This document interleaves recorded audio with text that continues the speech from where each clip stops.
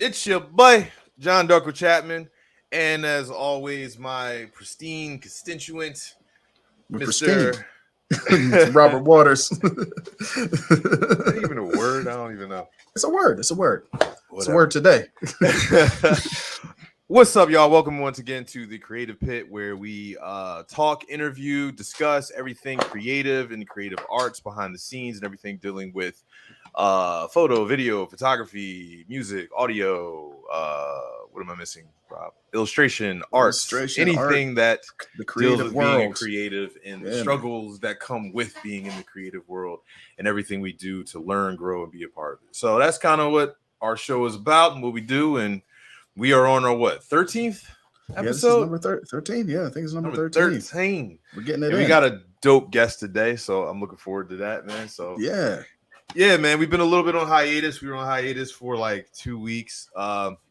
We seem to got a little theme going on here. Comic books. comic books, man. Our last guest was a talented independent comic book artist, and today we have an official much comic book much artist. less independent, much more official.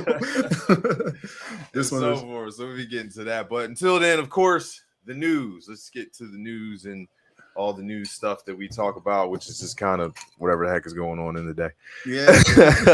So Rob, what's going on with you? What's been up? Man, nothing. Me personally, I mean, it's just been me getting old. Like if you know me, then you know that I've been starting training jiu-jitsu and stuff like that, and my body is taking a beating, man. It's old man doing this stuff after 40 is no joke. With them young boys. starting to get old, man. This is the first time I have never felt this before, so this is new for me. I don't like it. I've been there. I am there. Shoot.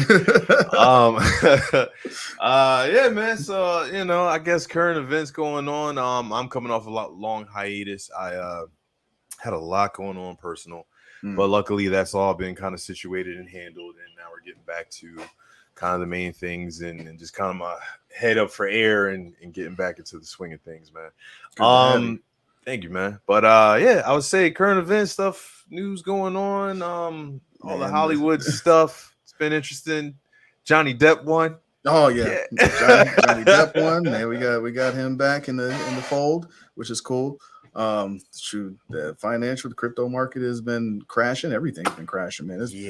Man, crashing, inflation, crazy through the roof. Dude, I was feeling inflation in the midst of, guys, I've mentioned it many times on the show, as I was in the middle of buying a house. And because I was struggling with certain things, we're getting together and everything for the mortgage and yada, yada, yada, and all the stuff that comes with buying a house, the inflation was going up while I was dealing with all this. So like literally, like my pre-approval price started here.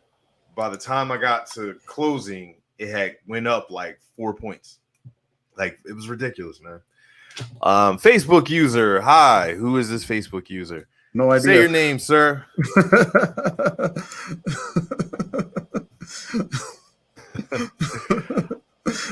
SMD Vision, what's going on, bro? Thanks good? For tuning in, man. We got a good guest today. We got some interesting conversations. Faux show.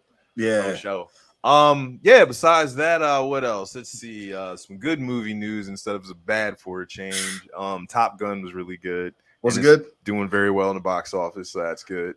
Nice. And they said it's doing well of bringing older people back to the movies.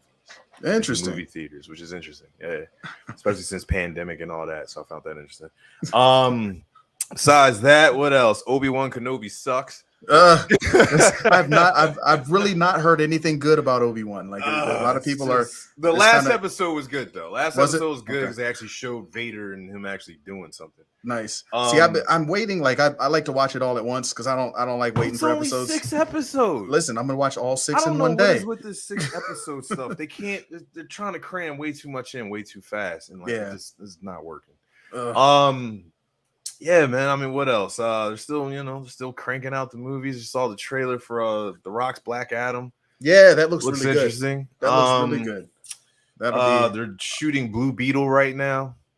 That looks interesting. I saw the costume. It looks like Blue Beetle. That's it. So DC's kind of doing their thing. Miss Marvel TV show is out. I'm surprised they're not doing Blue Marvel, man. I'd love to see Blue Marvel. Blue Marvel? That's from way back, bro. Yeah, I would love to see him. Like, That's way back. I don't think they're going to do that deep cut. Miss Marvel's out right now. That looks interesting. Yeah, I saw the first. I did actually watch the first episode of that, and it wasn't bad. It wasn't great. It wasn't bad. It was cool. So I'm interested to see where they go with the story. Yeah, I like that they're doing Muslim and superhero. Yeah. They really seem to be going into it. I watched a little bit of the second episode, and they're in the mosque and talking. It was very interesting. I was like, that's cool. Yeah, I like it. What else? Idris Elba. They're actually doing a serious pull for him to play James Bond. I was gonna ask, is that official, or they're just really trying to get close to it being official? Okay. Like the studio greenlit it. Okay. They didn't greenlit. The studio said we'll do it. Okay. The studio and whoever owns the rights to James Bond, not the original writer, whoever is the current only family company, something like that. Whoever owns it, they're like, yeah, we're good with that, and I'm good with that. I don't have a problem. I'm not mad at that. I usually got a problem with them race and gender swapping with certain stuff. I ain't mad about that. Yeah, I ain't mad about that. Idris can do it. Yeah, the only problem is I think that they're having troubles. Hey, John, what's going on, man? He's a Facebook user.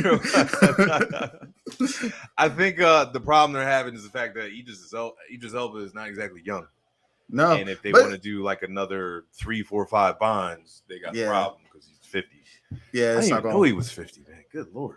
It's crazy. Like, yeah, you think of Idris from The Wire, man, like young dude. So yeah, it's still the greatest show ever made. I'm sorry. It is. I'm not arguing. Granted, the new show is called We Own the City. It's with John Bernthal, the dude to play Punisher. It's almost like a spinoff of The Wire. It's the same, not same director, but like a lot of the same like people involved in The Wire, like producers, the writers, and so forth, were part of that. Okay, it's based on a little bit more of a true story what happened in Baltimore with the cops being like super crooked and yada yada. Interesting. So yeah, pretty cool. I watched like 2 episodes. It felt like The Wire. It felt a little bit like The Wire. Yeah, man. So it's a lot of stuff going on. I'm trying to think. I don't know what else right now. I don't have a whole lot, but yeah, the world's spinning out of control. That's great. Yeah, we're gonna fly off of it in a minute here. It's getting wild, bro. It is. This inflation is the Bitcoin one. I don't know why everybody's like, oh my god, like really, like Bitcoin always like. First of all, Bitcoin was down for the longest back when I first heard about it. It was part of years ago. Yeah, and then.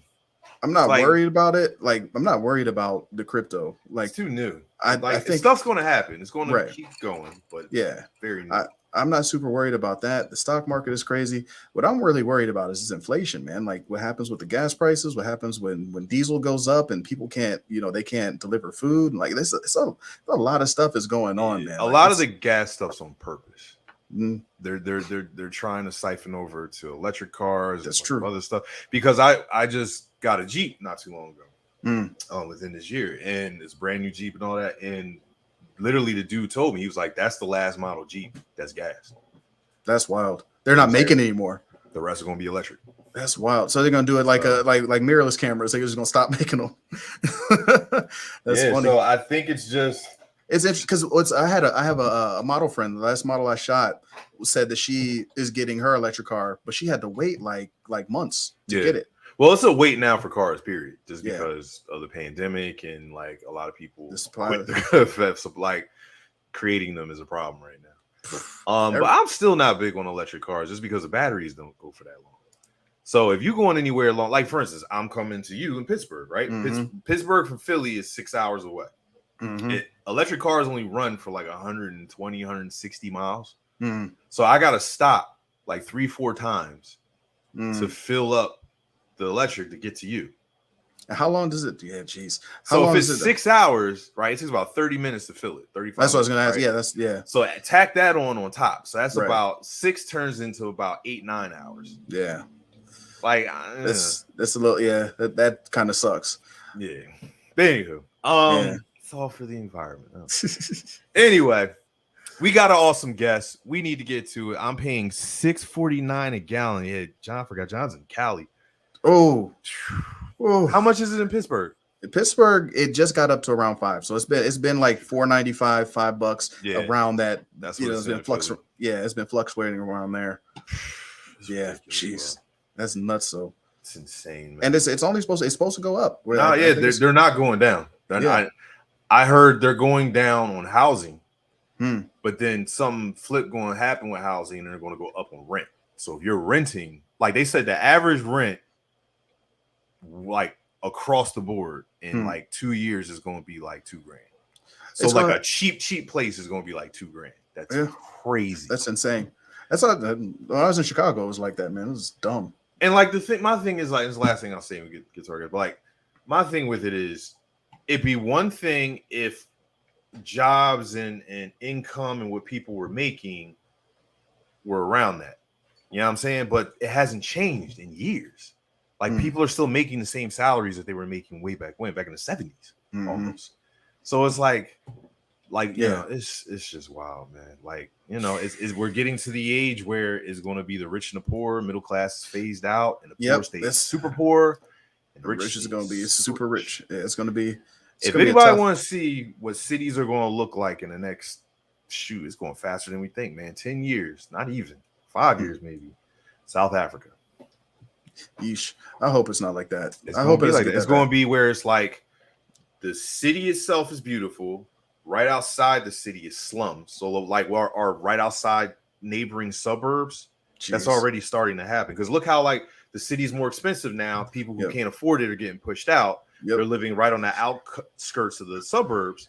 And then the way out country is rich again, because that's where their grandparents are and stuff like that. So then what happens is everybody's outside the city comes into the city to serve the rich. And then it's going to be nuts. Man. It's going to be nuts. All right. We're gonna introduce our guest. We have Arvell Jones. So Arvell is an OG in the comic world. I mean, an OG, one of the first Black artists to actually draw for mainline comics in Marvel. He's drawn major for us people. Yeah, he's drawn pretty much everybody, like pretty much all of the main Marvel comics. But he started out with Iron Man and Iron Fist. They called him the Iron Artist. He did, you know, a lot of work with that. He created the character Misty Knight. Him and a friend of his, he created the character Misty Knight. So we've seen that character in Luke Cage, and we saw him in Luke Cage and Iron Fist. He's been an educator. He's done all kinds of stuff. So this man is an OG. We are absolutely thrilled to have him. So yeah, we welcome Mr. Arvell Jones. Howdy, sir.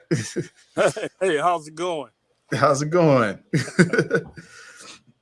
Thank you for coming. Thank you for coming to hang out. It is absolutely our pleasure to have you. Yes. Yeah. Well, it's a pleasure to be here, guys. I'm all of a sudden I'm getting a little love again from the comics world. I've been out of it for doggone 20 years for the most part, and working on other projects, everything from being early on in the internet when it first began, working with clients like Microsoft and AOL and News Corporation and American Airlines to working with OnStar and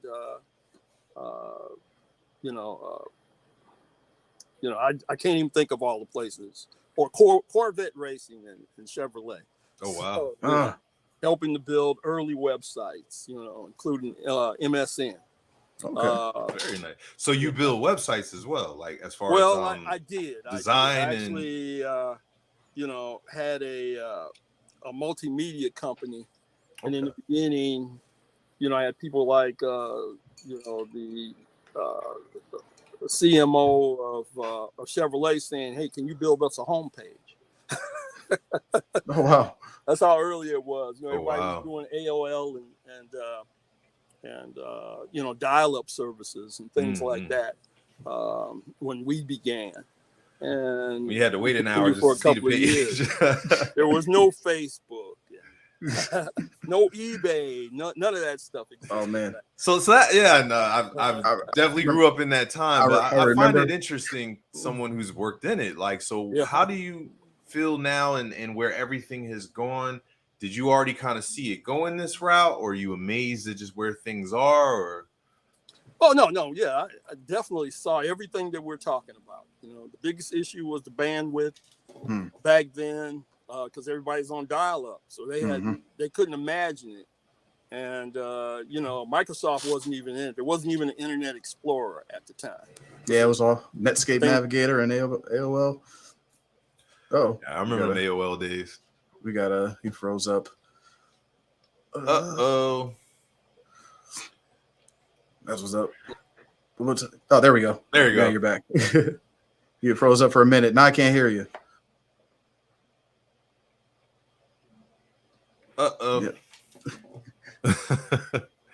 We lost your sound a little bit. Yeah, I think you lost our sound. I think we lost yours.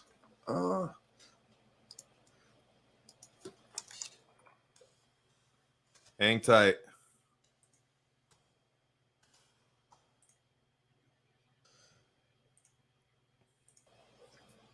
Give me a second. Get him back. I don't know.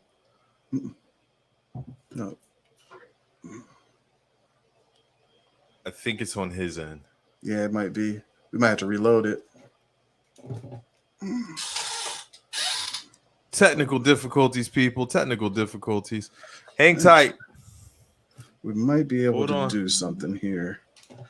Hold on.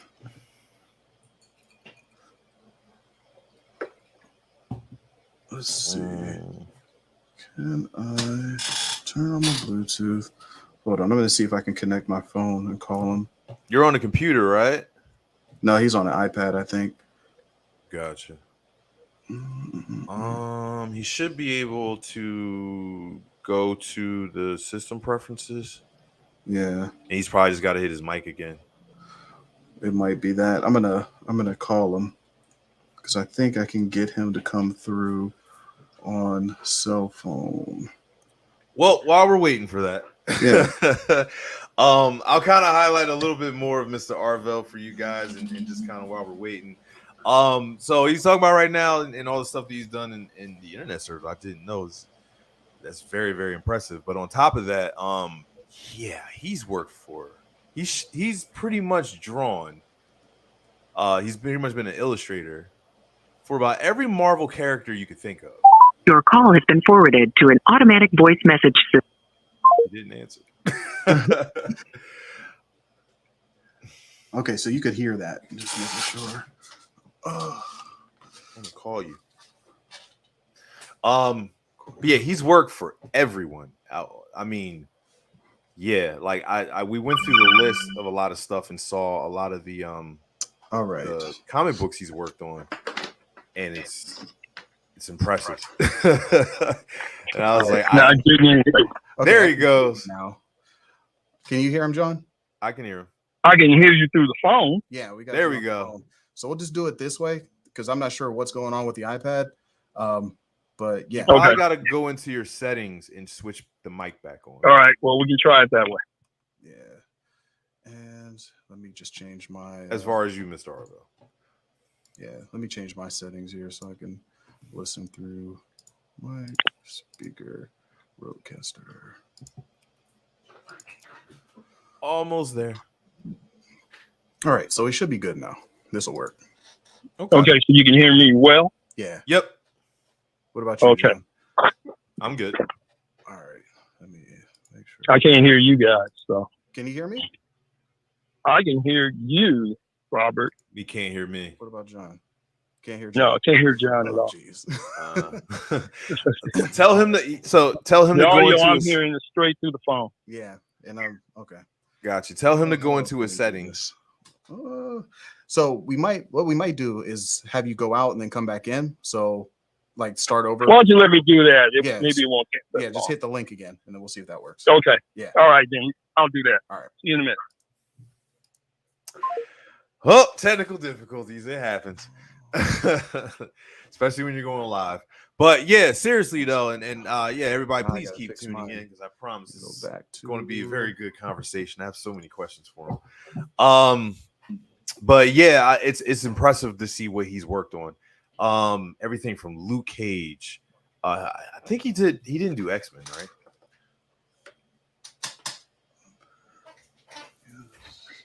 I think he did. I did see Iron Man. I did see. Give me just a second, John. Captain America.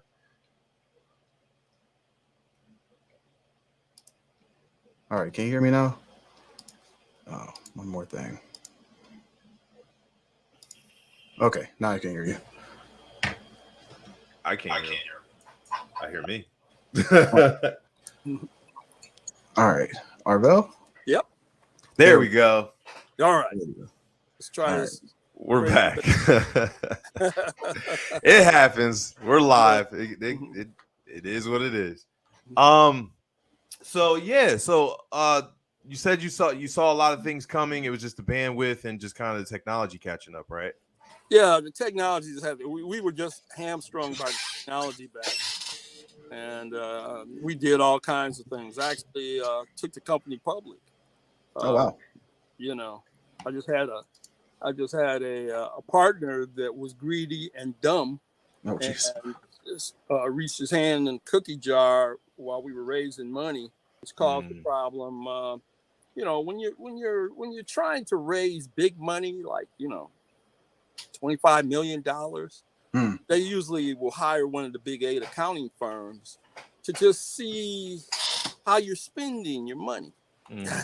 And it's called an audit. My partner didn't realize that, his hands in the cookie jar would land us in trouble. So, we spent 5 years building the company up, and in 2000, right when we went public, Plant Moran came back and said, investors, just in case you want to know, this is how these guys are spending this money.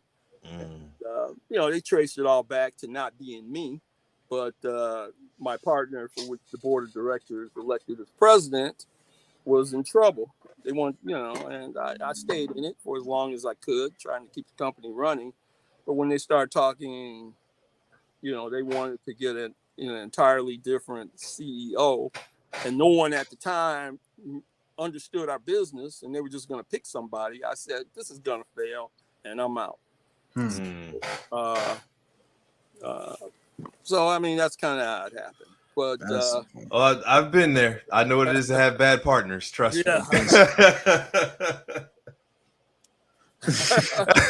Strangle them. But oh my gosh.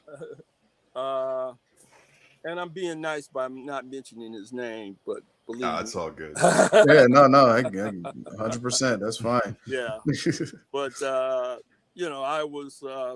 we were doing all kinds of crazy things, online comics, and, we were doing interactive storytelling with transactional elements, such as we had Microsoft as a partner, and you could play this game and using Microsoft software and things as prizes, you win so many points and win yourself, hey, free Word, free trip on Expedia, web TV, whatever they had at the time. They had various point values in which you could win so much of a percent off the software or the product, or you could get it for free. And that was kind of a cool experiment that, that happened way back then.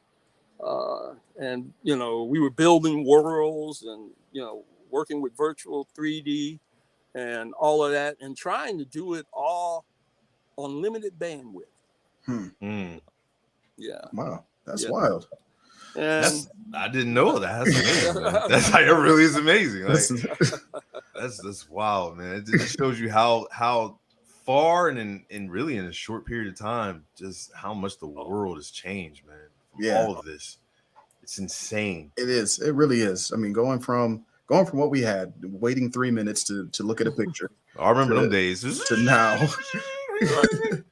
Well, we had some technology back then that allowed you to, go up on a dial-up connection, and then once you registered with the website came to you, and you would get these packets being delivered through your limited bandwidth, in which for you it would be kind of real time, but for us, we might have planted the material up there for our servers to send to you, and it might take 3 weeks for you to get it, and you just wouldn't know it until it showed up. Oh wow! It would all download to your system. They say, hey, everybody is up online right now. They got different things they ordered, but they're reading whatever online, or they're reading their email. So send it now, and it was all that material during like weeks those ago. idle moments. That's wild. Times have changed, man. Yeah. Now it's all just boop, real time. You're right. Now That's wild, man. Yeah. So tell us back about when you kind of started in the comic world. How do you go from, kind of a kid, just liking to draw and stuff like that, to getting hired by Marvel?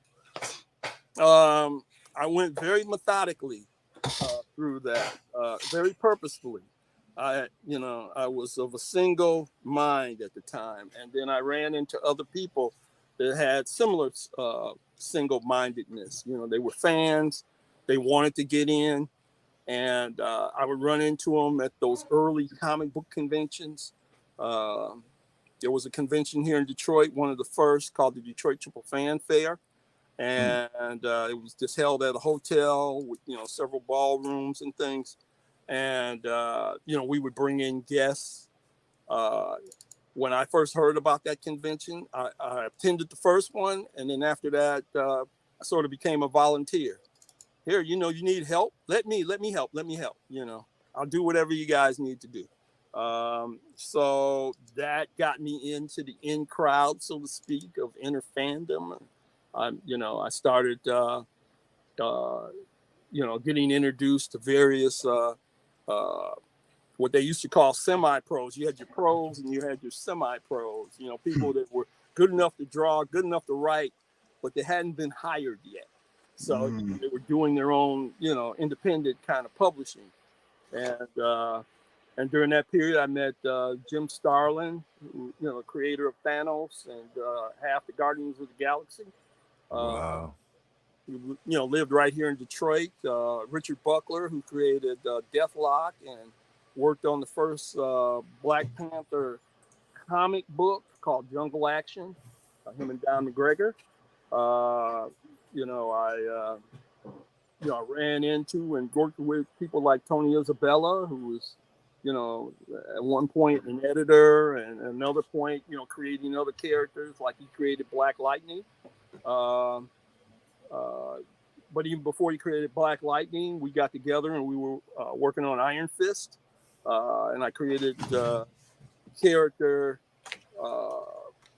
because Tony was looking for a sidekick for Iron Fist. And so I suggested my character with a different name from Misty Knight. He didn't like the name, but he liked the concept. He wanted to dumb it down a little bit.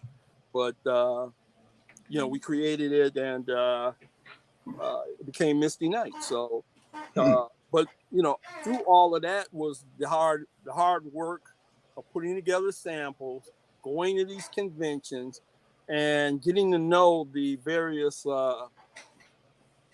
professionals out there, and just interacting with them. Well, interacting is the nice word for bugging the crap out of them. I was just in their face all the time, pick me. And they look at my work and go, hey, you're not quite there yet. And I was like, okay, what do I have to do? So they give me a critique, and then I go back and rework all my samples and come back again. And they go, hey, getting better. And I would take the trip I was in Detroit, and, I would, hop in the car, jump on a plane, do what I had to do to show up in their office, sometimes get an appointment, and sometimes just to show up in their lobby and show work. I'm not sure if that can be done these days, but back then, there was a point where we could go up to the bullpen. And I wasn't a permanent fixture, but by the time I started going up there and showing my work, everybody had heard of me. This dude's always here. And he said, he's here again? And how old were you at that time? Well, I guess, when I made the decision, I was 13 years old. I'd sent some samples up to Marvel, and I was drawing a lot like Jack Kirby back then. He was a big influence. And I decided I was sending stuff, but I hadn't heard anything, so I decided to address it to Jack Kirby and send it to Marvel, and Marvel sent it to Jack. And then one day my phone rang, long distance, and back then there were no cell phones or anything, so long distance cost money. He rang my father's phone. My father picked it up and said, hello. He turned to me and said, you got some guy named Jack on the phone? What? That's wild. He got on the phone. He told so you're like 13 years old and Jack Kirby calls you. That's right. Wild. Well, the power of persistence, my friends. I'll say. I created a newsletter, fan newsletter called Fan Informer, and I would call the various, artists and writers and ask them about what they were working on and build the story around it. And I got some other fans to help me, and we would also question them about, well, how do you do this? And how do you do that would be part of that was my ulterior motive for doing everything. And so, because I can get the inside tips into the industry. But, the fans got to learn about what comics were coming out and things like that. And I hit a gold mine with Roy Thomas. He was, at that time, the assistant editor of The Stand. And Roy would get on the phone, and he talked about 90 miles an hour. He was really fast talker. And he would tell us everything that was coming out at Marvel in about 2 seconds. His mouth was moving that fast. So we get about half of it and put it in our newsletter. And then he'd always get mad because he didn't give us enough time to really write the stuff down. He just, I don't know, maybe he snuck into a corner and said, okay, guys, this is what's going on. And we were like, okay, we got to get this. And we would publish it. And he said, you got half of what I said wrong. So, but it kept us, he got familiar. He started just taking our calls, hi, Arvell. What I got on the phone. That's so, amazing. It was very methodical for me. And and then I started enlisting help, people. I wanted an inker, so I helped to groom somebody from Marvel that was going to be an inker, and did the same thing with other artists. And we formed a pack, and we said, if one of us gets in, we'll all get in. And the first one was Richard Buckler. The second was maybe Tom Orzechowski, then Jim Starlin, and then Al Milgram, and then myself. And Keith Pollard, and we just kept building it. Terry Austin, all kind of got in at the same time. Meanwhile, there were people in other cities that were getting in, and we were getting to know them too. We didn't neglect the fans, the other people that were trying to get in. So Tony Isabella was like a fan celebrity, and I made sure I knew who he was and he knew who I was. And I looked up on my 16th birthday. I had Bernie Wrightson and Tony Isabella and Lynn Marv Wolfman attending my 16th birthday, which happened to take place at a comic book convention. Everybody knew me. I knew them, and eventually they, I guess I made them feel bad enough that they wanted to hire me. So you were officially hired at Marvel at 16? 16, 17? I was an assistant I started doing assistant work. I guess I was maybe 17 or 18. But at 19, I was working. He was in there. Wow. Yeah. So you just came straight out of high school? Like did you graduate high school and went straight to Marvel kind of? Yeah, I did a little work while I was in high school, but okay. But nothing to be bragging about. Yeah. There's maybe a few people who've seen some of my early work that actually got published at Warren magazine. I think it was either Creepy or Eerie. Huh. Okay. But I started working at Marvel about 19. First as an assistant to Rich Buckler doing the Black Panther. Don McGregor and Rich Buckler were doing that. They created Cre8ive at that point. Killmonger. Killmonger. At that point. And Venom and some other characters. I actually worked on a villain character, a female villain character called Malice. Which is I actually did some of the. Rich was going on vacation, and he was taking his wife to Puerto Rico. So he said, "I gotta get these pages done. I gotta do some running around. We gotta turn these pages in. I gotta collect my money, turn the pages in, Arvell." And I said, "Okay, well, there's nothing on the page but some sketches." He said, "You draw them up, you get them in there." I said, "Okay." So I drew them up.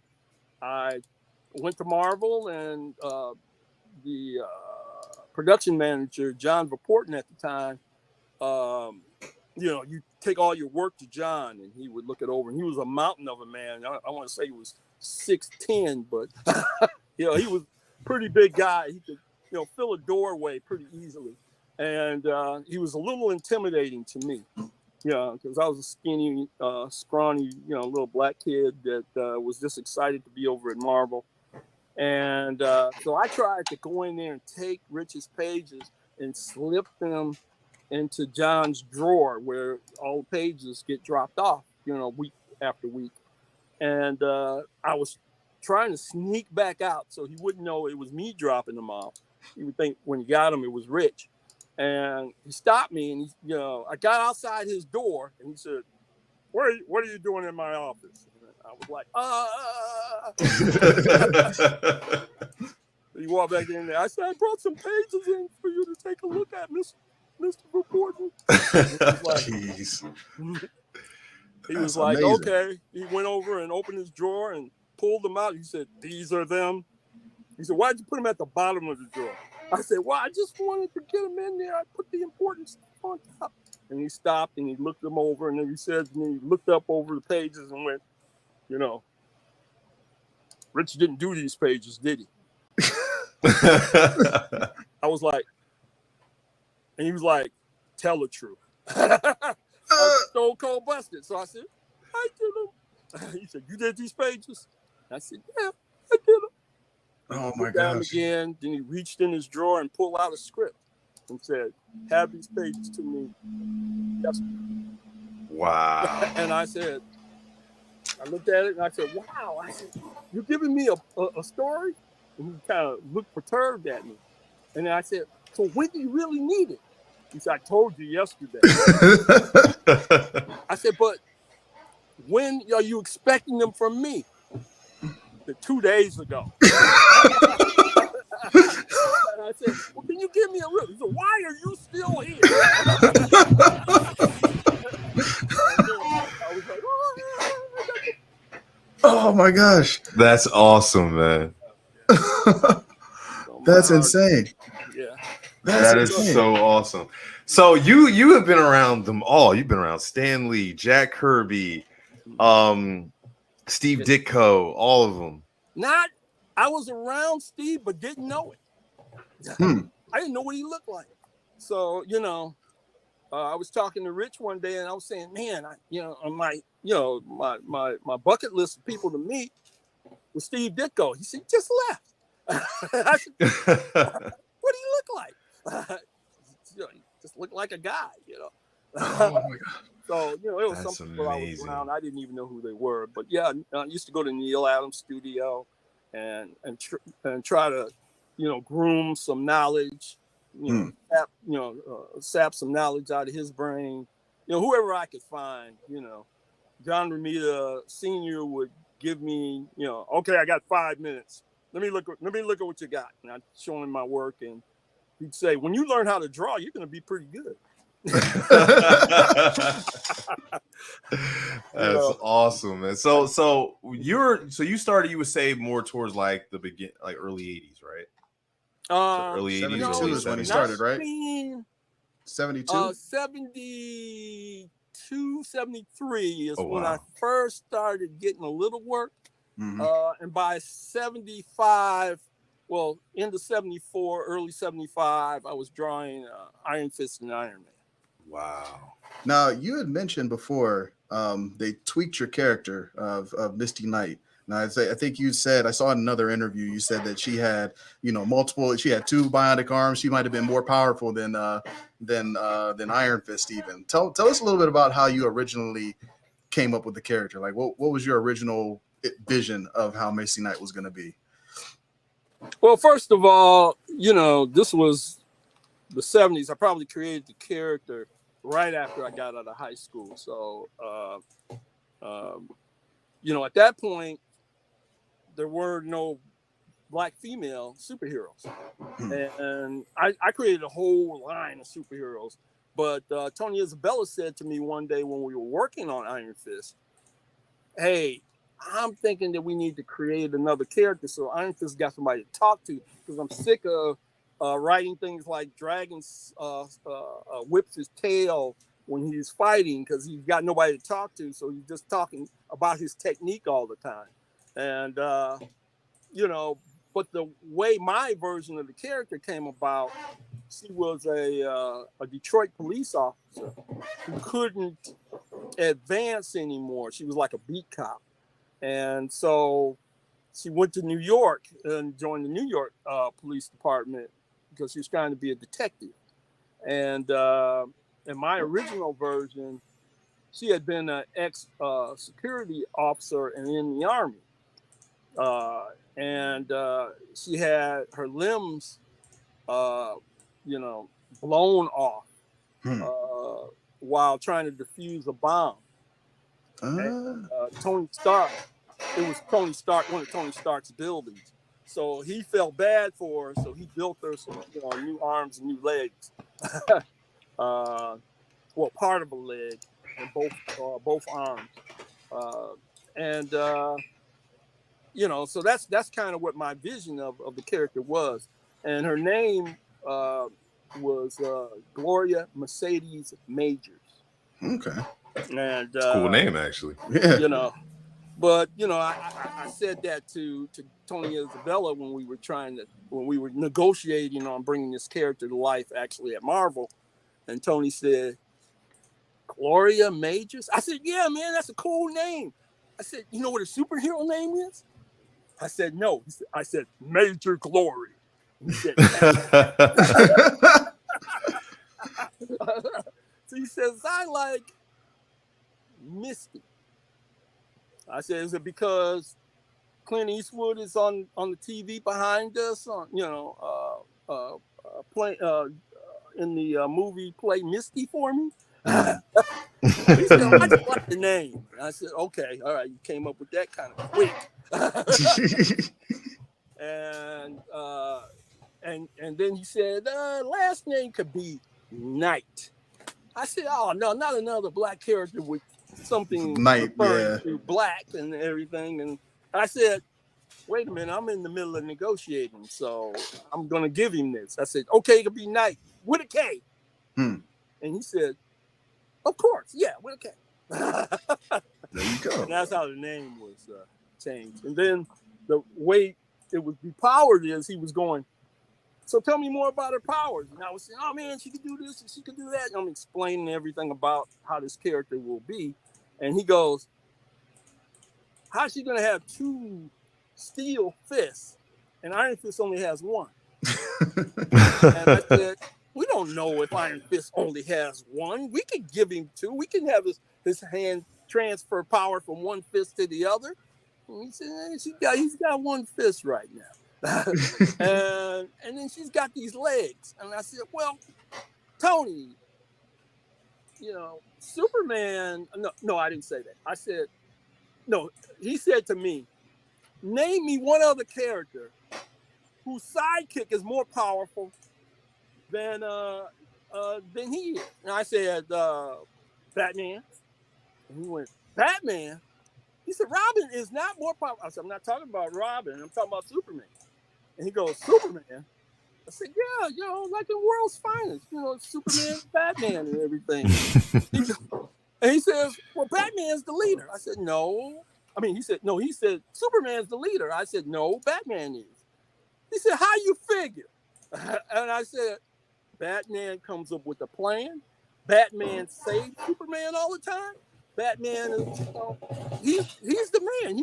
He's cerebral, you know, and you know, Superman just comes in there to save the day, except for when they whip out some magic or kryptonite. Batman has to save him.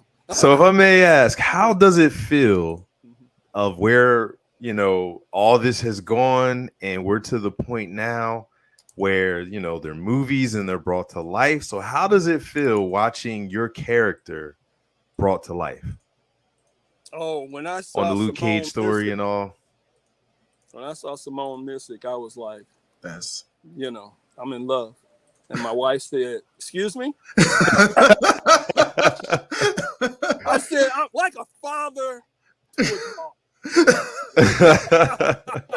It's like I made her. Yeah. So that's gotta be awesome, man. Yeah. It was a good shot of her. Yeah, she came over to my table and, you know, just shot me. I've been trying to get over it. This was shot in New Orleans. And I was trying to get over to her table. And it was sort of slow. And I looked up and I guess she decided to take a break and come visit me. And I was like, whoa. So cool. Yeah. I saw on the red carpet too. I can't remember if this was before or after, but yeah, you know, I think this was after. You know, I met her on the red carpet, me and Tony. And so there's a picture of us somewhere on the internet floating with her standing between me and Tony. And I said, yeah, she got two daddies, you know. That's gotta be an amazing feeling, bro. That's crazy. That's awesome, man. She did a good job too. She really did. She really did. Job. Like the whole Netflix series and what they did with Luke Cage and Daredevil, especially, man, was done so well. Yeah, I think they did such an amazing job on the Netflix series. Yeah, I'm curious what Marvel's going to do. Yeah, it'll be interesting. I'm sure you can't give us any details. They don't tell me anything, you know. I was gonna ask you, do they consult with you?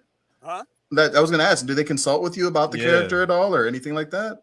I had done a character Bible, which had given to Mark Grimwald years ago. And they hadn't really developed the character past where my Bible was. So it pretty much took that. And I wrote a bunch of stuff because I envisioned her having her own series at one point.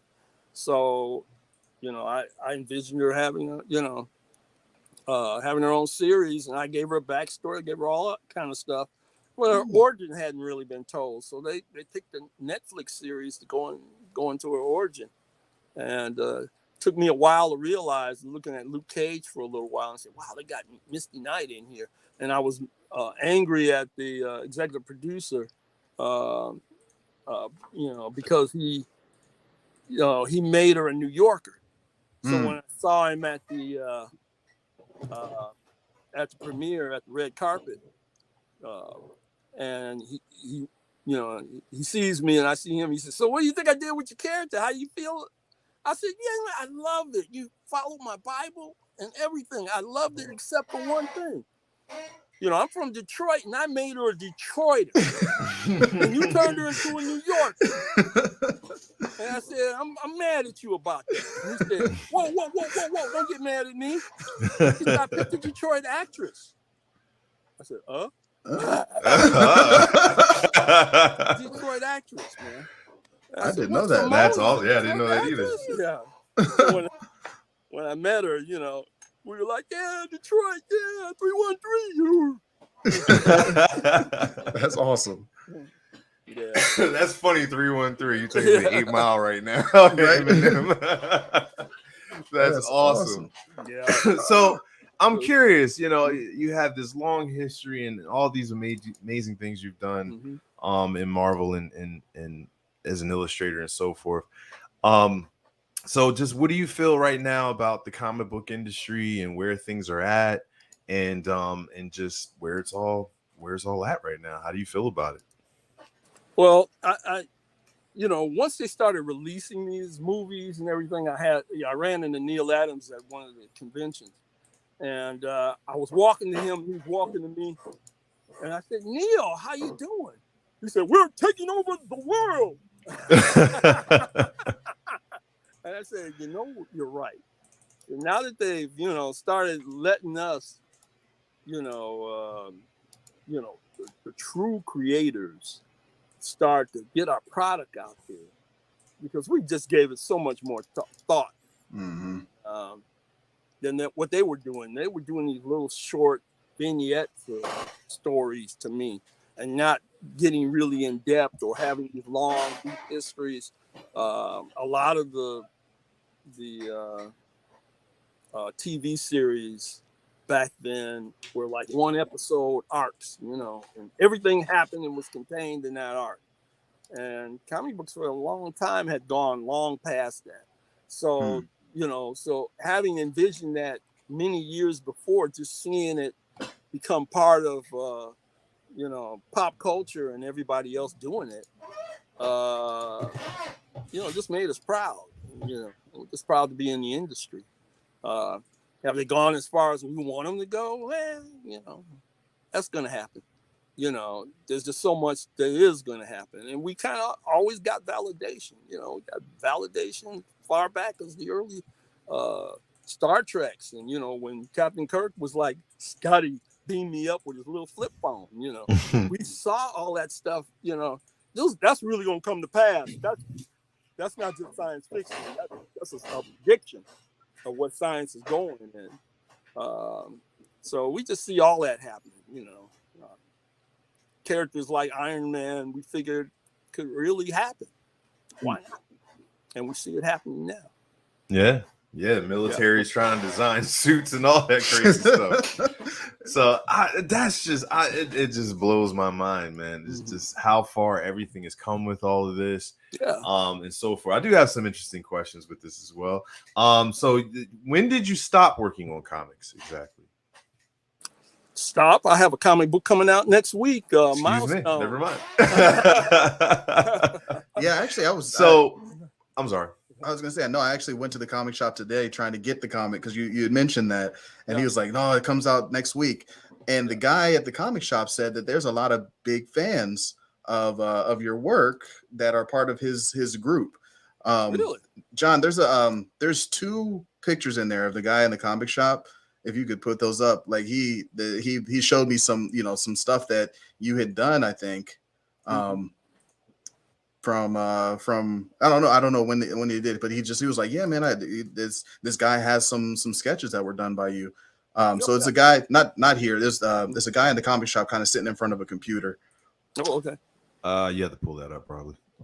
Darn it. My computer is let me see if it'll let me. Hold on.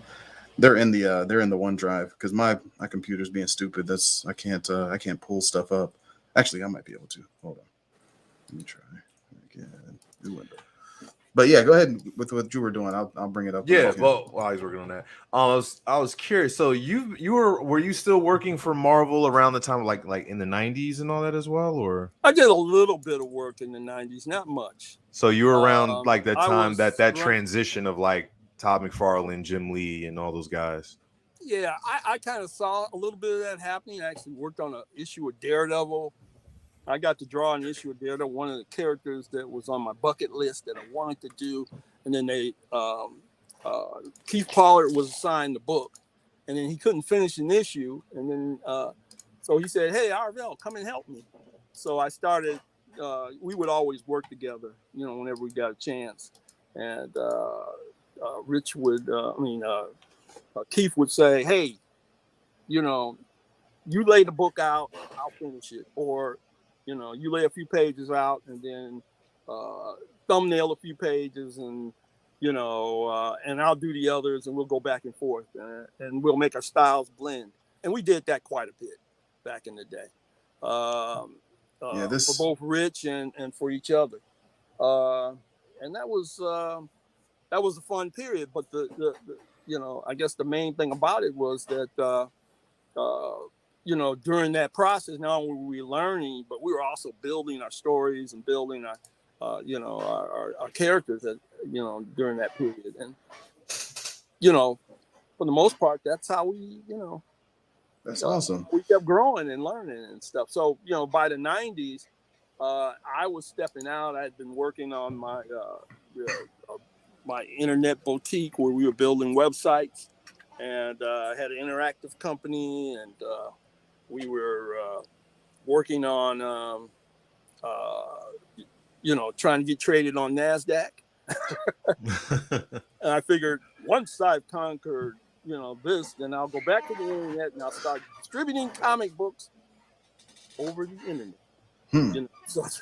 So during that period of time, I was pretty much working for myself. But every once in a while, Keith would call me up and say, "Hey, give me a hand. I need some help." And I said, "Yeah, I need to keep my skills going. Yeah, what do you need me to do?" Nice. And we would work on a project together. And so this Daredevil came up, and Keith did. We jointly laid out the book, for the most part. But the last 10 pages of it, Keith just said, you finished this book. I got 2 other books I got to work on. I said, "What?" He said, "Please." I said, "Well, it's Daredevil. I love Daredevil." And I started working on it and really reading the script. And I said, "Hey, this guy left me an issue of Daredevil where he never puts his costume on." So that was pretty much my last issue of doing a comic for a while, until I guess next week the Milestone in History comic comes out, and I make my triumphant return working on a character that I actually was going to develop him independently based on this character, but I wasn't going to actually do the character and his real life experiences. But Dennis Cowan called me up and said, "I got a bunch of characters. I'm looking for an artist to do them. Which one would you like to do?" And I said, "What?" He said, "These are little 8-page stories." And I said, "Oh, I could do an 8-page story. What do you got?" And he rattled off a list, and one of them was Gene Ballard. And I said, "Gene Ballard? You're going to do Gene Ballard?" And I said, "Yeah. He's one of those hidden figure characters. I don't know if you guys know him, but no, he was man, I know pretty deep because I remember that one. Let me tell you, that's the one I want to do. He was a middleweight boxer, champion of the world, black man. He was a spy in World War II. He was working with Josephine Baker. He built a spy ring, and he was the first World War I fighting ace, black. What? Yes. What? Black fighting ace. As far as a real person. Huh? As far as a real person. I'm talking about a real person. Yes, I'm looking. I'm looking him up right now. He was a civil rights worker, fighting for our rights. He was not afraid of a fight, man. And he owned a nightclub in Paris. And it was sort of out of Casablanca. Wow. He's a bad dude. Oh my gosh. Infantry man. That's when he was in the infantry. He got his leg all shot up and some teeth blown out and everything. So he won a big old Medal of Honor kind of thing situation. And then he won a bunch of other medals. Like one of the French Corsairs, a knight. Wow. President Charles de Gaulle gave him the equivalent of the French Medal of Honor. Oh, jeez. Yeah. He's bad man. About 12 different medals, And, seriously? He used to ride in the biplane, and he had a pet monkey. What? That rode with him? Who that rode with him? Yeah. Are you serious? Wow, that's a character. Yeah. That's wow. That's a comic book character if I ever heard one. Right. Yeah, that's got awesome. Into a fight with the Red Baron, and fought into a standstill. Oh, wow. I guess they grounded each other. What? Wow. Yeah, he's a bad guy right there. Nobody knew about him. He started off. He stole he was stowed away on a shipping vessel going from the United States to England, and you got some shots of him as a boxer, with a couple of his medals on in front of his I don't see his monkey, but you know, biplanes down at the bottom. He's laying reefs at the tomb of the unknown soldier, and under the French Arc. I forgot what they call it, but you know. And that last shot over there, he was an elevator operator at Rockefeller Center. And one day, while he was, you know, on the elevator, 1961. The host of the Today Show saw him and said, "What are you doing with all these war medals on your elevator operator uniform?" He said, "These are my medals." You need to come up and talk about it on my show. So you know, he got to do that. And, that's impressive. That's amazing. Yeah, that's a comic book character if I've ever heard one. That's awesome. Seriously. So you drew that recently, or that's going to be your milestone? It'll be out on next week. Yeah, next week. It's Wednesday next week. Yep. Yeah, next Wednesday. I would definitely pick that up. Yep. The book. And, yep. That's awesome. He's like right in the middle of the book. You know, Josephine Baker's in there. You know, he was he was self-taught drummer. I couldn't even draw everything that he was, you know, that he had done. Yeah. You know, he's in 8 pages. Very well Yes. accomplished guy. Yeah. He stole his way onto the shipping freighter at 12 or 13 years old.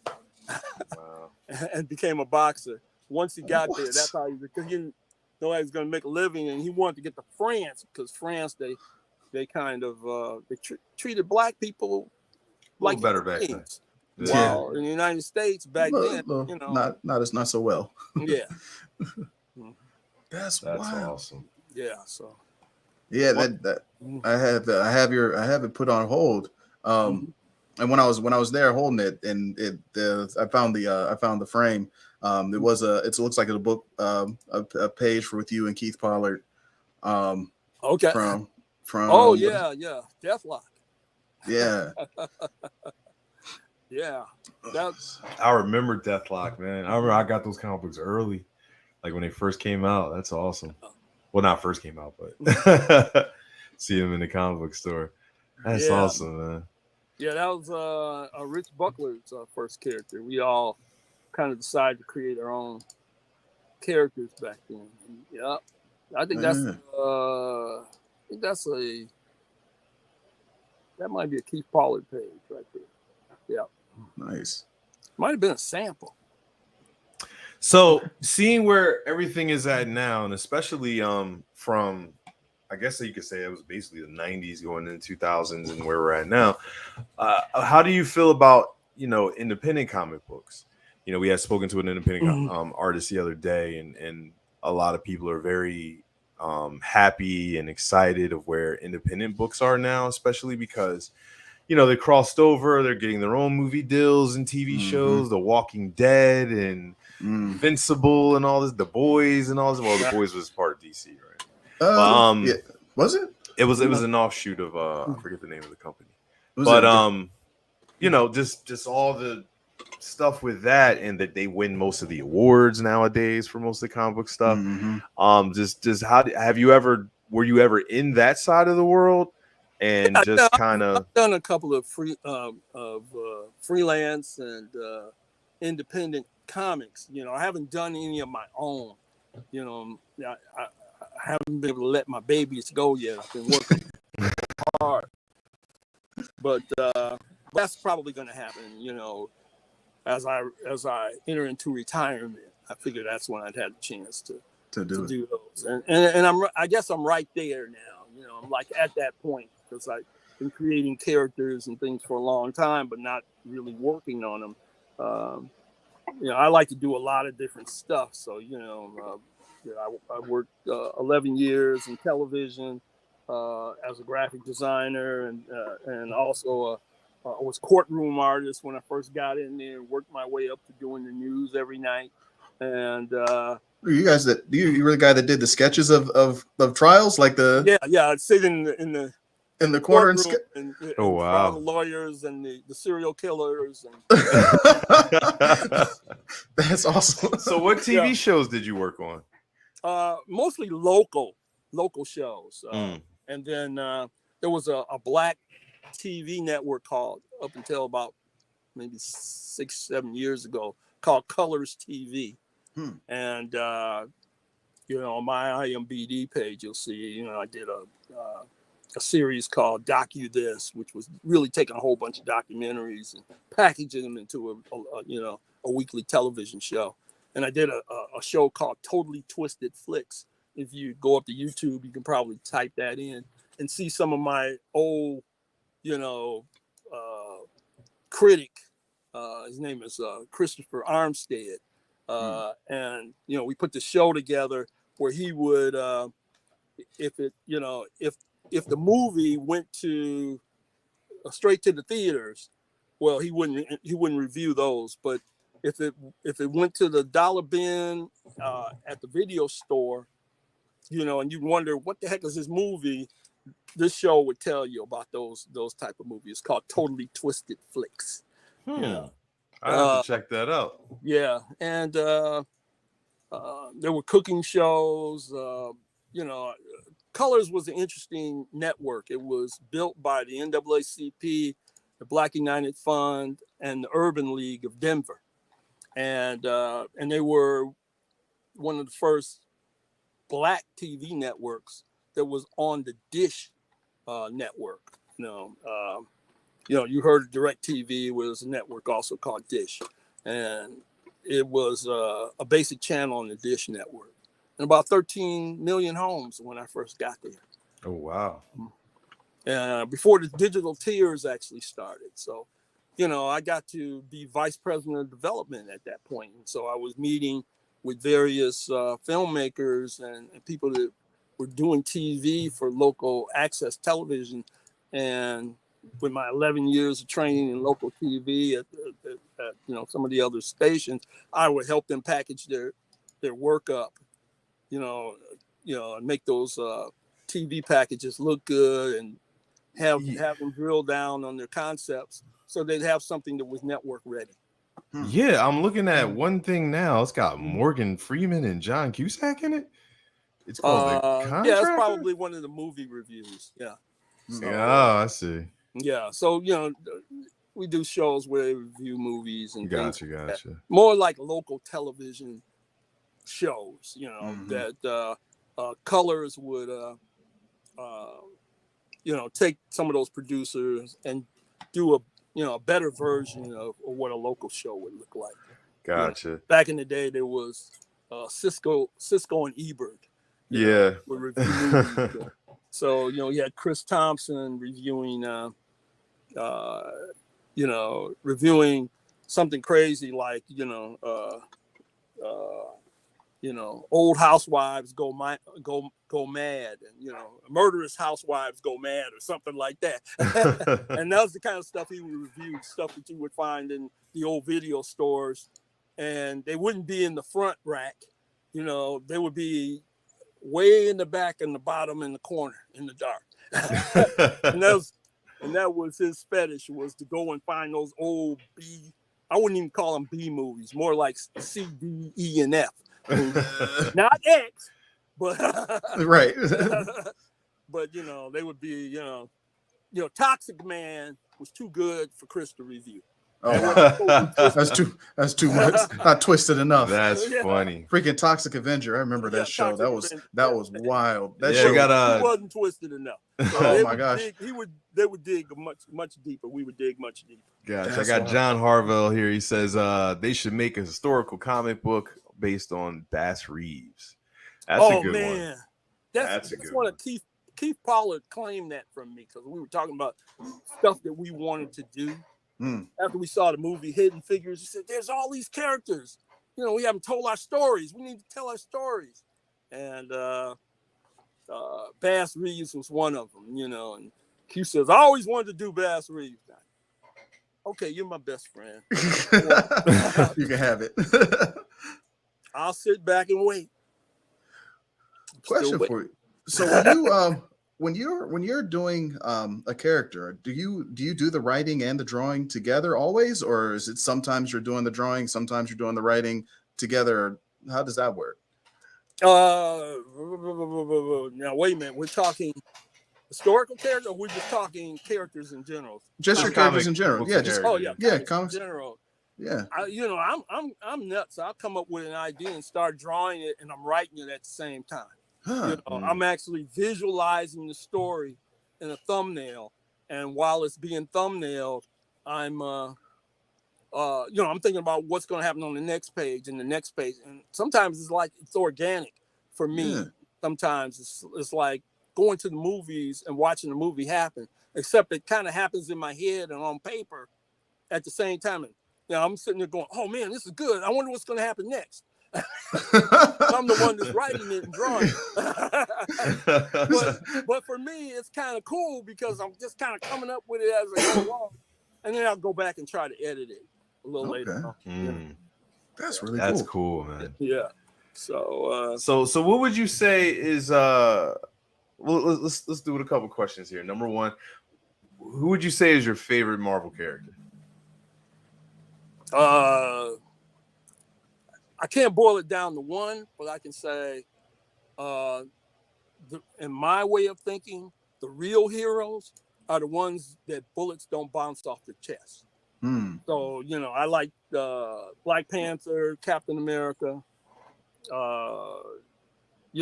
any of those characters that, Batman, that for the most part, to me were more realistic, Gotcha. They couldn't leap tall buildings with a single bound. And so those were the characters that inspired me the most. Most of my characters, I guess they call them street level characters now. Yeah. That kind of thing.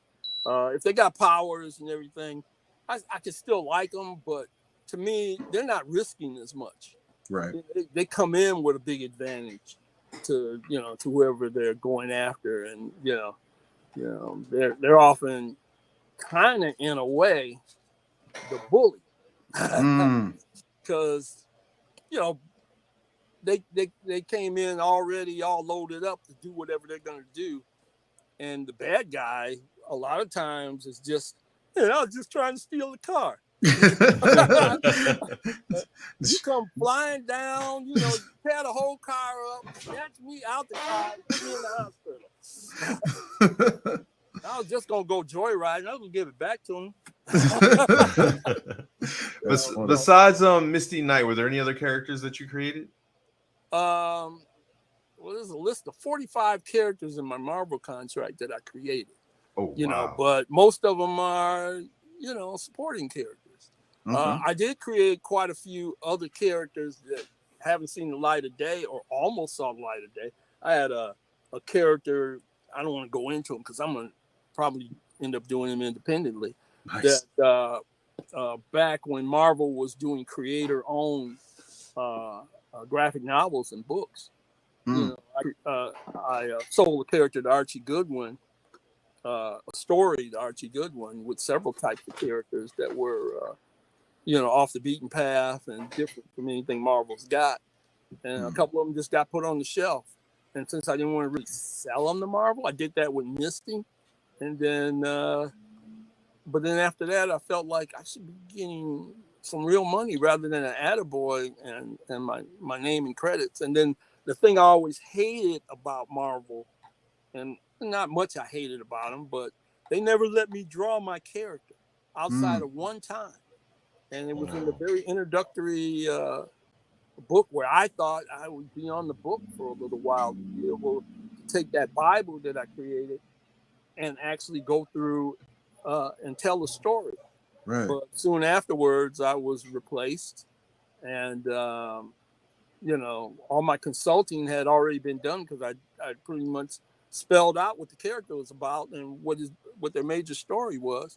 And then for the most part, they could take it and do whatever they wanted to do with it after that. I got to update it, a little later on and update the idea of the concept. And I don't know if Tony also got a chance to work on any ideas, but a lot of times, and I've heard him complain about this in a way too, because when Black Lightning was a TV show, they called him in and asked him for a few suggestions, but ultimately they would do what they wanted to do.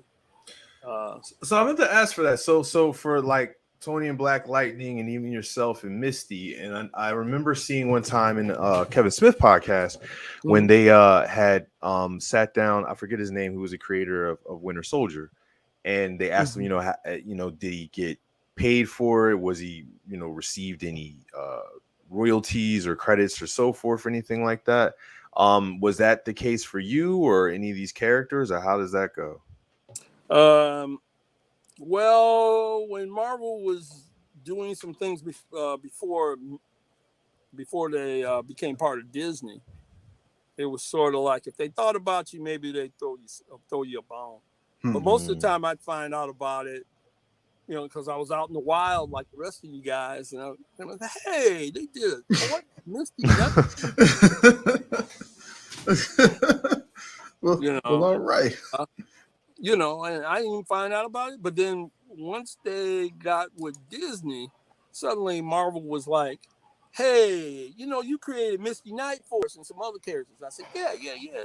So sign this piece of paper that says you created them and that they belong to us. And I said, why? Uh-oh. They incentivize. They incentivize. Yeah, for us to go ahead and sign them all the way over. I gotcha. Apparently, the way they were doing it before, if we had been smart, we would still own the characters. Yeah, but and they would have to buy them from you. Yeah, but in this particular case, we draw them because we need to do something with the story, and I wanted to see my ideas in print. And okay, so I'm already drawing the book, and you're gonna pay me to draw the book, so I'd like to put some of my characters in it. And that was kind of everybody's attitude in the beginning, Yeah. That's Stan's attitude, who am I to be better than Stan Lee? Right. That was everybody's attitude at the time. And it makes sense. We got a little, they did some thank yous. They broke you off a little.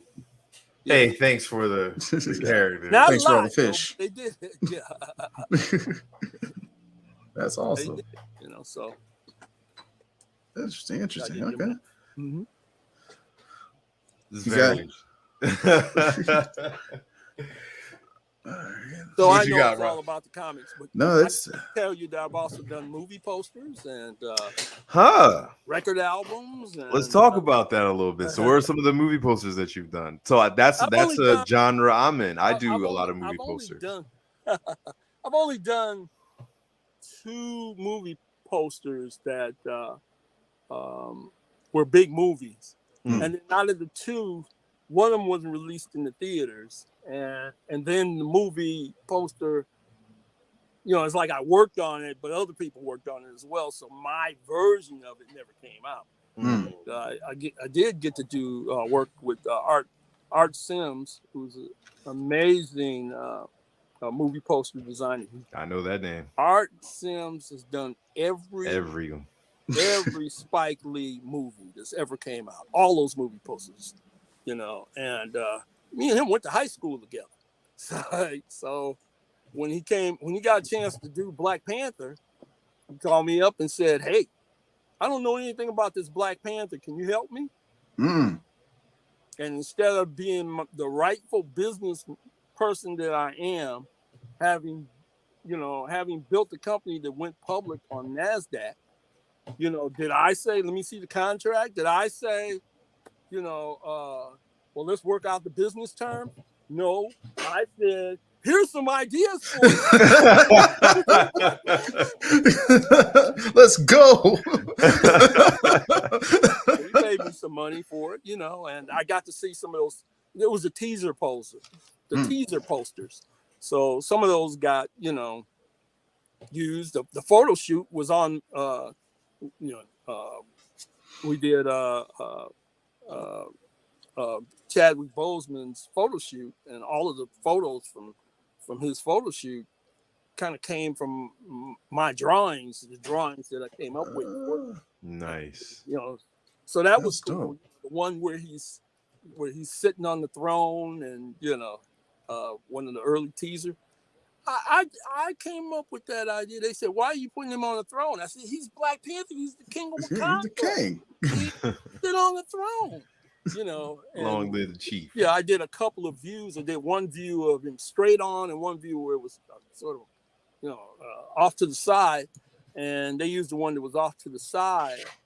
But the one I wanted them to use that they produced that I can't show anybody.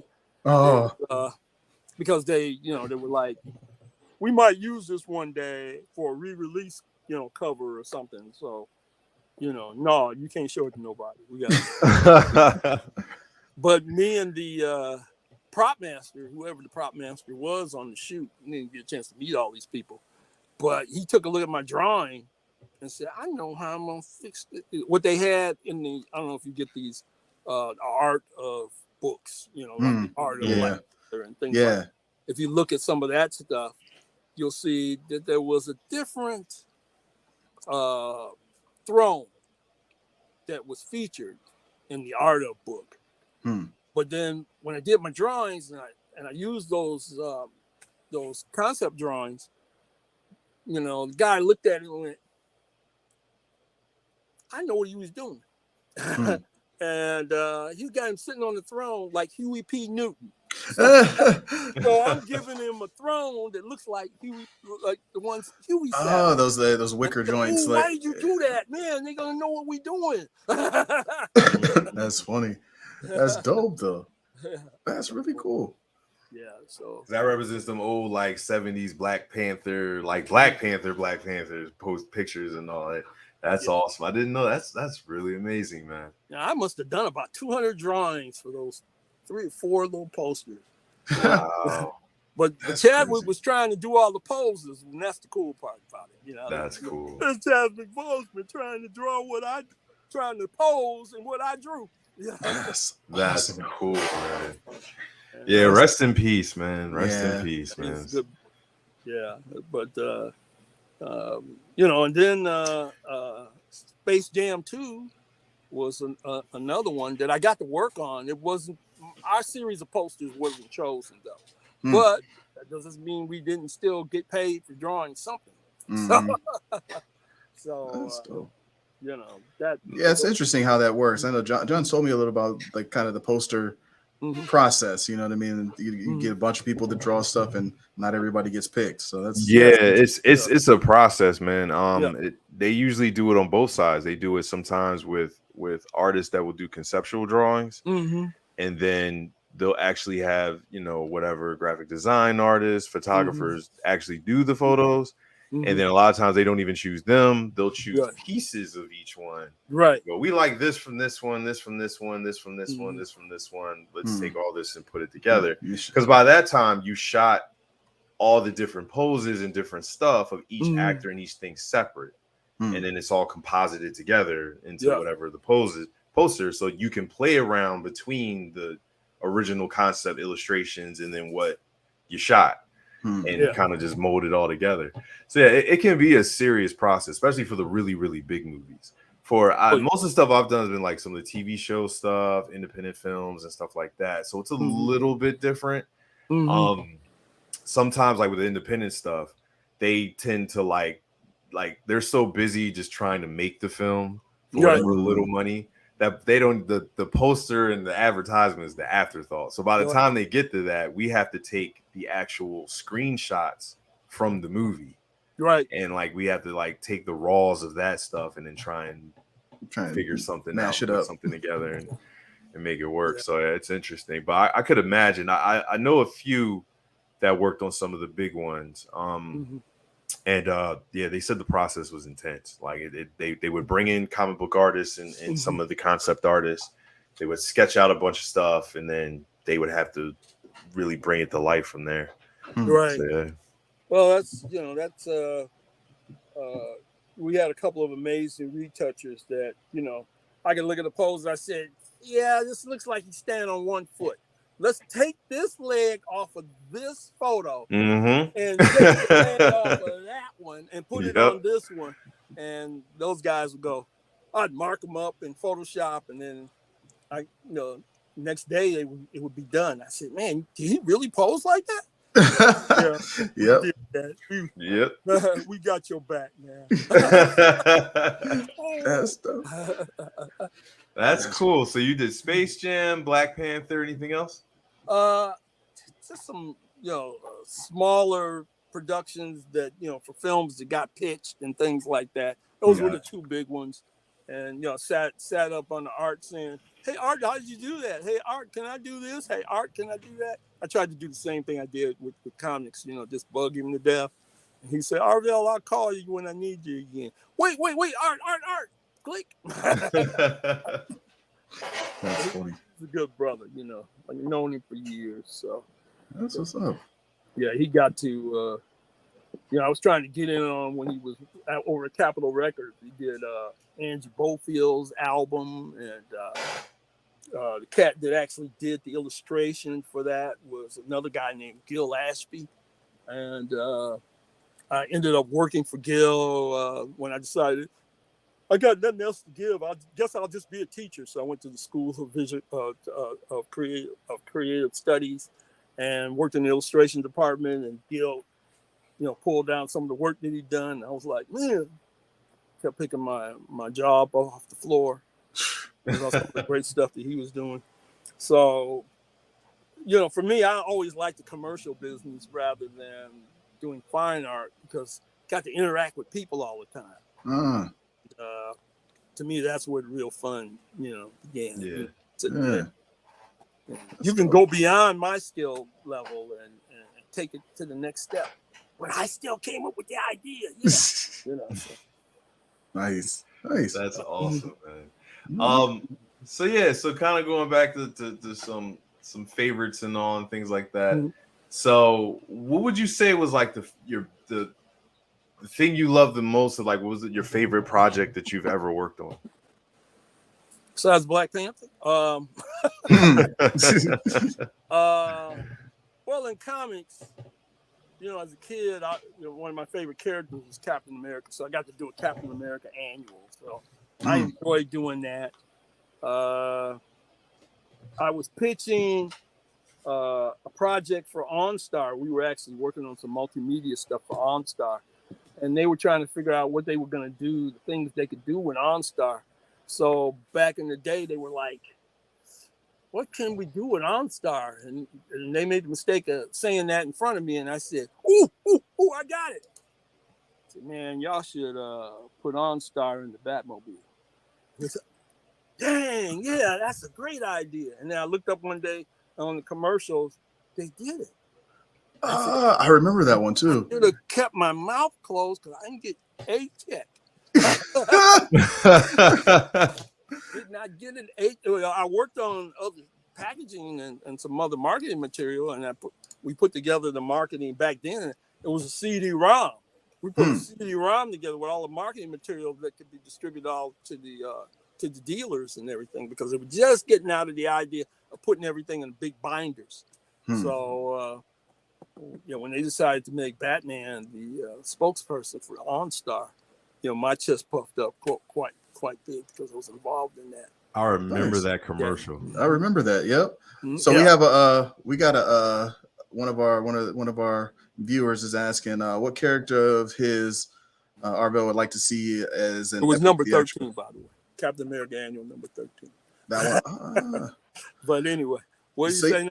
Yeah, which one of your characters? It says what character of his Arvell would love to see an epic theatrical series. So which one of your characters would you like to see most, I guess, in the theatrical series? Yeah. Turned into a movie. The characters I haven't exposed you guys to yet. I got some awesome characters that nobody's ever seen and nobody's thought of. And they look cool and everybody show them to say, oh man, why don't you do that? However, at Marvel right now, I just think a female Misty Knight on the big screen would be enough for me. I want to see that. I created Cockroach Hamilton and Piranha Jones that ended up on Luke Cage as well. Those are my characters. That's cool. Gregor. But to be honest with you, I didn't really want to see those characters. Those characters was created in the 70s, and I didn't even know what Cockroach Hamilton's name was going to be when we kind of came up with what he looked like. You know, he was named after I drew him. So, you know, I'm going, man, why'd you name him? Why'd you name him that? You know, that's kind of creepy to me. But so there's, you know, a lot of little supporting characters that were interesting. But, you know, Misty was one that was actually a character that I created before going to Marvel. Mm-hmm. And I ended up selling it, you know. Well, That's awesome. Marvel ended up using it. I sold it. Yeah, I sold it. So we got another viewer of ours. He says, John Harvey says, do you still pencil on paper? I'm a big analog person from darkroom printing and using film cameras. So do you still do on paper, or do you use digital like a pad now? Or this book coming out,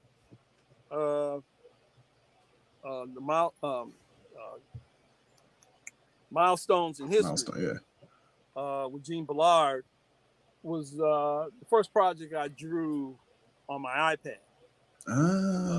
But you flashed a little earlier an image comic called Rumble, and that was ink on paper. Okay. I've seen that before. Yeah, I didn't know you did that. That's awesome. Yeah. So that was actually a homage to my All-Star Squadron work back in the day.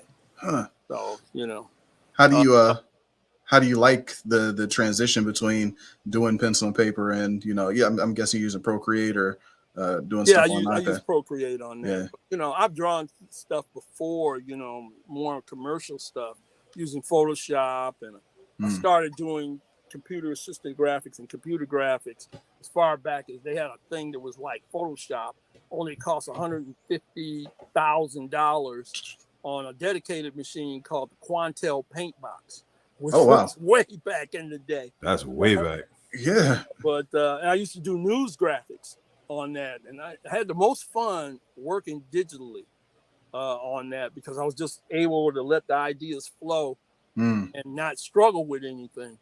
And so, you know, I had a lot of fun with that. But there is a certain tactile pleasure, and that's not it. But yeah, it is nice though. Rumble. It was the one you showed before with the broadsword. Gotcha. Skeleton. But you know, there's a lot of pleasure in producing real art that sits on, you know, ink on paper and you know, and all that kind of stuff. And I did a lot of stuff like that, you know, during my time when I wasn't working at Marvel or DC. I did some things for a museum, and you know, where I'm doing these 6 foot by 4 foot or 3 foot wide huge paintings of characters. Yeah, that's the one. Yeah, that's me and Kevin Nolan. It's sort of a tribute to I want to say All-Star Squadron number 40 or 39 or something like that. It's just pretty much like a homage to that the publisher at the time wanted to do. That was a lot of fun. But yeah, that's the ink on paper. The Milestone thing is fully Procreate, and I didn't half know how to use it on, you know, there were some issues that came up, and I said, I never thought about that on Procreate. I've been playing with it for a while, but I never thought about how to draw straight lines on it. Yeah, because Photoshop, you just hold shift. It's kind of That's so wild. there was some things that I had to learn, figure out Procreate, but for the most part, after I got used to it, I was able to keep lines relatively where I wanted them to go. Yeah, our viewer John says again, I need to learn color from you on pencil. I'm learning wet printing, retouching, and there isn't anyone out there that still does it. Well, you can contact me on Facebook. My name's pretty simple. It's Arvell Jones. You can, message me, and if I can provide you with some insights, I will. There you go, John. Yeah. So where would you say in your career from when you first started as a kid, where do you feel like you were like, all right, I got it. Like I'm really good. This is what I do. Like I can do it, no sweat, so forth. Because when I was drawing comics back in the day, and for a few things that I did with my mentor in DC, like I never felt that I was a good enough artist or that I was confident in any of my stuff.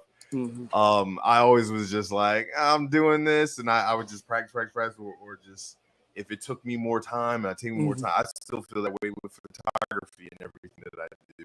Like if it just takes me more time, I take more time and do what I have to do. But I never felt like, yeah, I'm the man. You know what I mean? You know, like my stuff is there. Have you ever felt like that? Or are you kind of like how a lot of artists are, where we hate all of our work? Or, you know, how do you feel towards your work?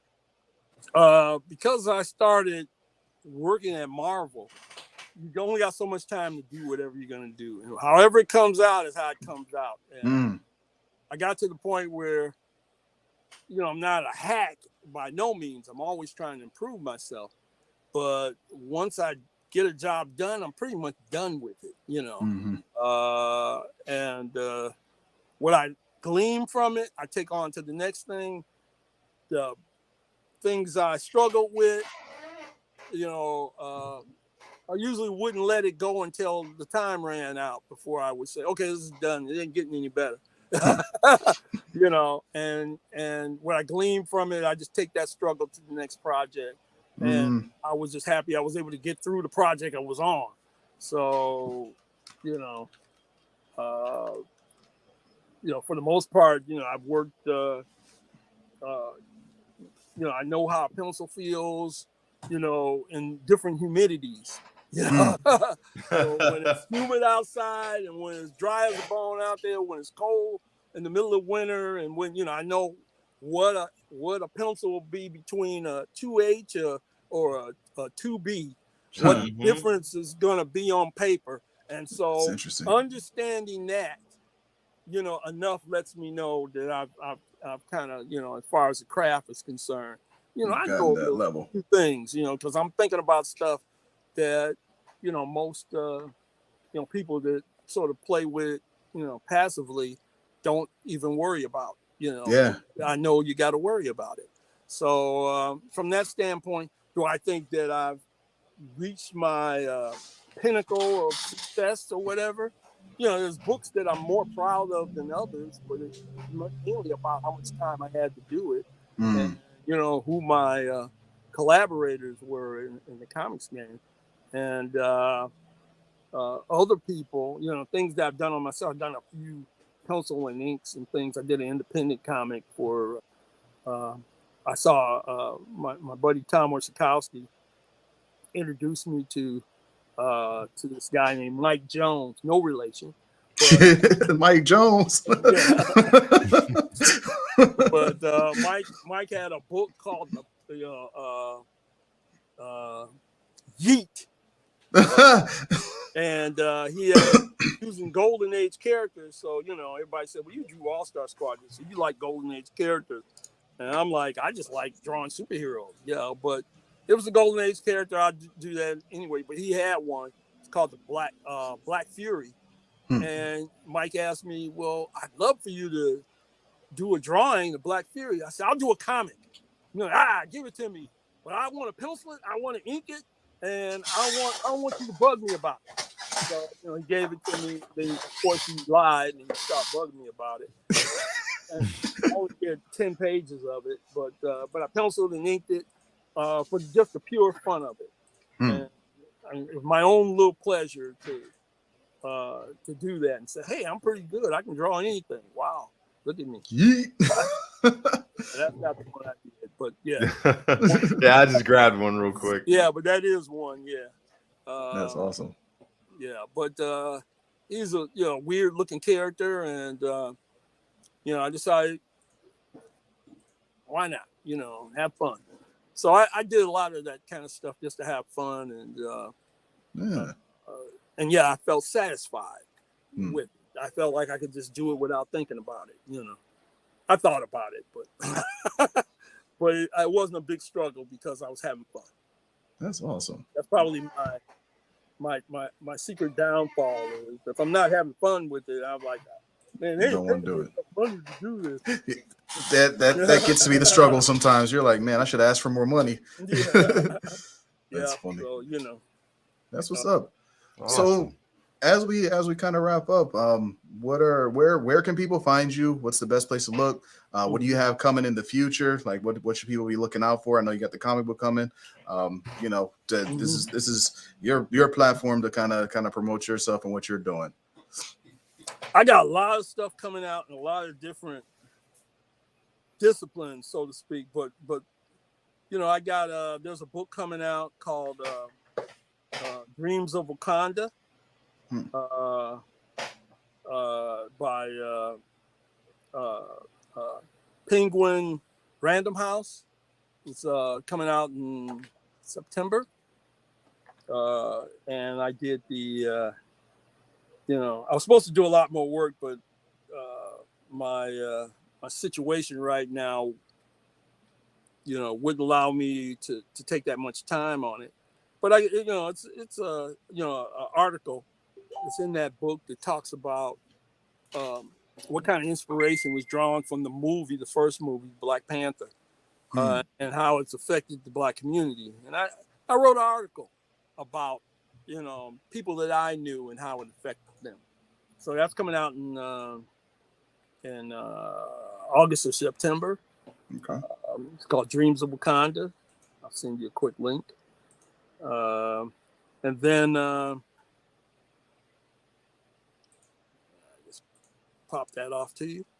And then of course there's the Milestones in History book where I did Jean Ballard, and that that'll be out next week. And it's a little 8-page story amongst a bunch of talented brothers and sisters. Speaking about these hidden figures, people that y'all young bucks may not know about. Including Josephine Baker and General Hannibal, and just and some of my buddies, including Ron Wilson, who's a very good friend of mine. I've known him back since I guess 1973. We were both kicking around at Marvel trying to get work. So there's that, and then there's a whole bunch of stuff I can't talk about, but I want to talk about. And I was going to spill the beans, but I better not. So the two Understandable. I can bring up. There's a whole biography that was published last month in Alter Ego, Roy Thomas's Alter Ego, from Tomorrow's publication. That can be found online. I'll send you a couple more links. You guys can post them. I just sent you the Wakanda Dreams.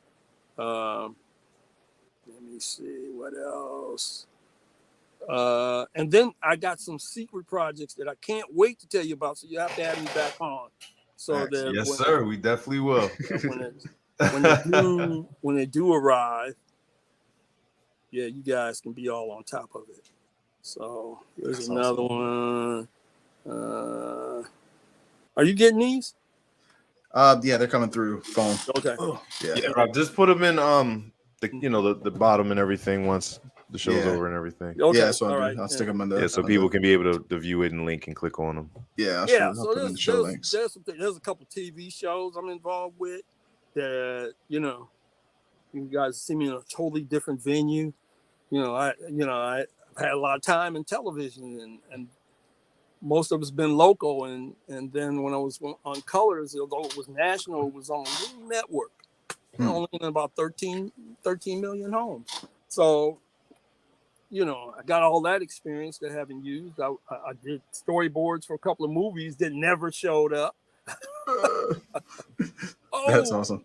Yep. Somebody's battery died. Listen, that's an ongoing thing. Yeah, we on to bust John upside. We gotta, but yeah, no, he's good. He's still here. But yeah, awesome. So, there's a bunch of crazy stuff that one day I'm sure to show up, and you guys have me on again. And when that happens, I will spill those beans. Nice. No, I'm with it. All right, and then of course your website. I know you use the booking. If somebody wants to book you, that's on your website as well. Yeah. So yeah, that's awesome. I take commissions. If somebody's got wild ideas, sometimes I enjoy doing that stuff. Or you like the traditional stuff. People sometimes want to see me drawing the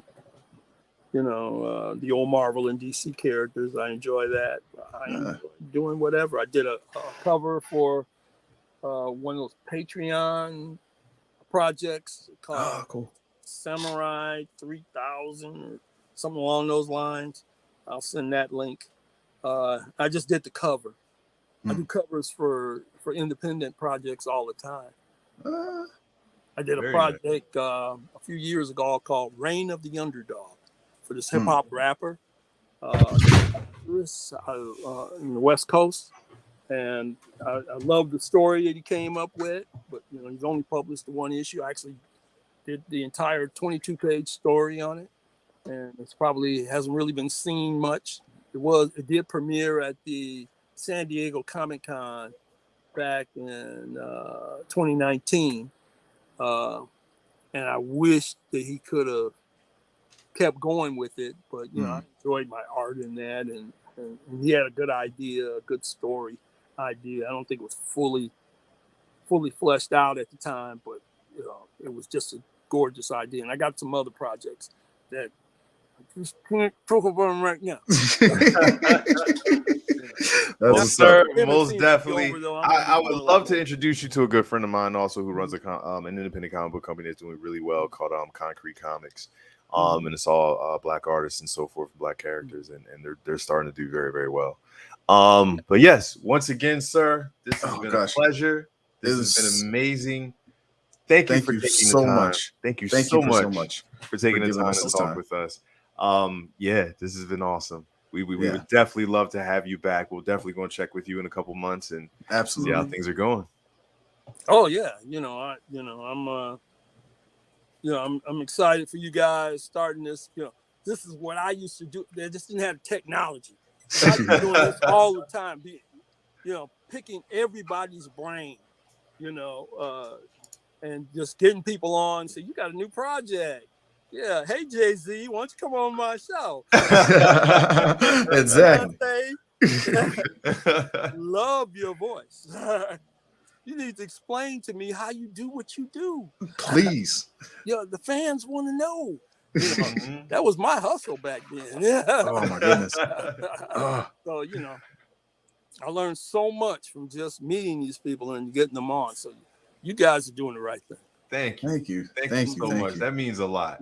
It really does. We're trying to build something here where, artists can come on and people that, behind the industry to make it all happen and just drop jewels, while we interview and things like that. And hopefully it can help people and everything else, as well as entertain. So thank you so much. So much for your time.